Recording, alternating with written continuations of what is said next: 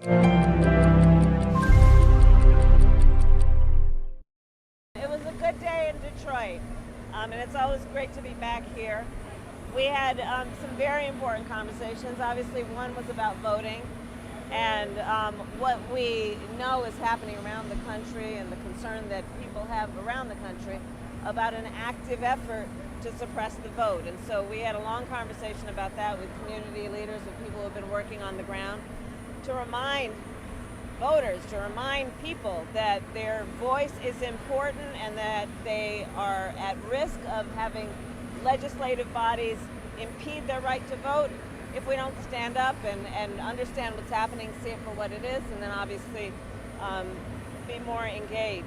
On the issue of vaccinations, I'm very concerned in many parts of our country, including in Michigan, that we still have so many folks who have not been vaccinated. So the point of the trip also was to just remind people the vaccines are safe, they're free, and they'll save lives.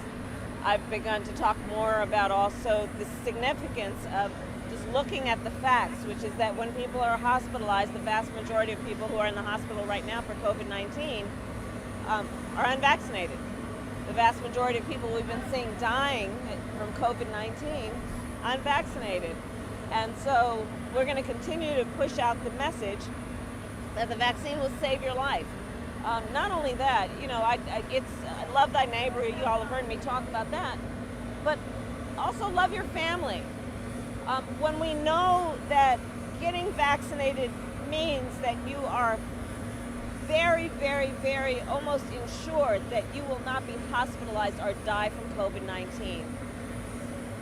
Why wouldn't you do that on the one hand versus on the other hand risking contracting this virus so that your family and your friends will have to sit by your bedside in a hospital, or worse yet, mourn your loss?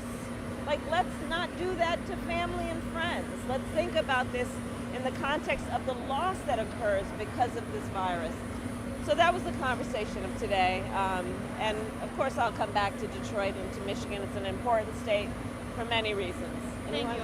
Madam Vice President, how do you signal to activists on the ground the importance of voting rights given the current debate about the filibuster and not changing it or not modifying it? Well, it's trips like this. I've been traveling around the country talking with folks on the ground, activists, to hear from them about what's actually happening on the ground, how it's playing out.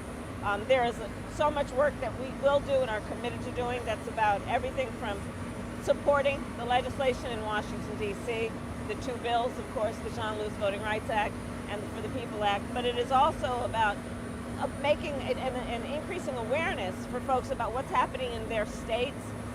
Again, I applaud the effort of the Texas legislators who are standing in the way of a blatant attempt to suppress the vote.